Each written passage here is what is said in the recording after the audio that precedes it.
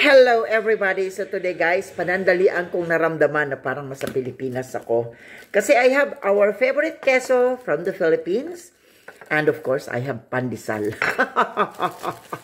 Could you imagine that? May pandesal ako, mayroon din akong queso.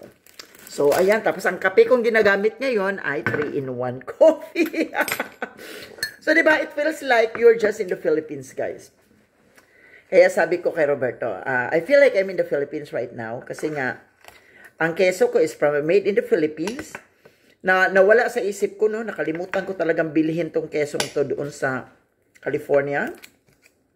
Nawala talaga sa isip ko. Ang focus ko kasi bread.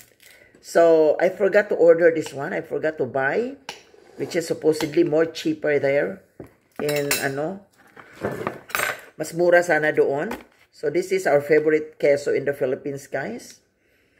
And yeah, dinala ko siya dito sa Amerika. Kasi alam nyo naman, Pilipino tayo, no? And we always wanted to eat our own foods, mga products, our own Filipino products. So, lamig kayo siya. The best. With our 3-in-1 coffee, greatest coffee. Lamig!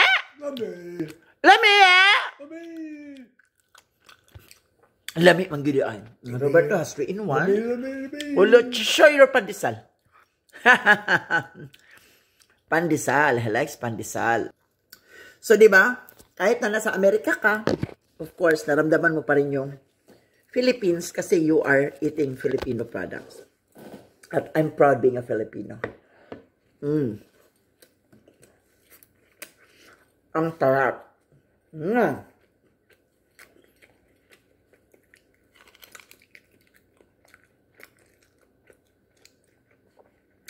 Parang nasa Pilipinas ka lang din. Lamig kayo.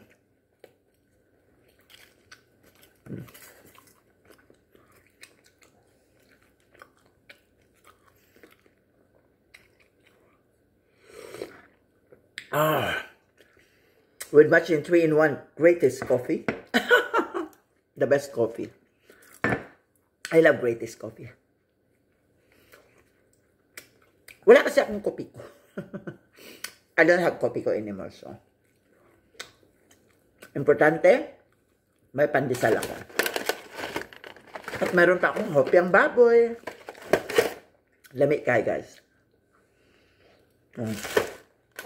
Meron pa akong hopyang munggo.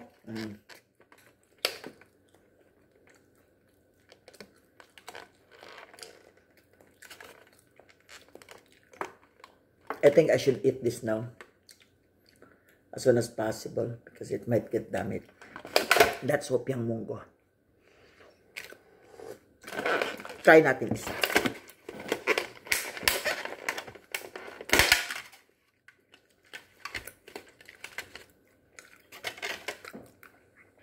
Favorite ko ta.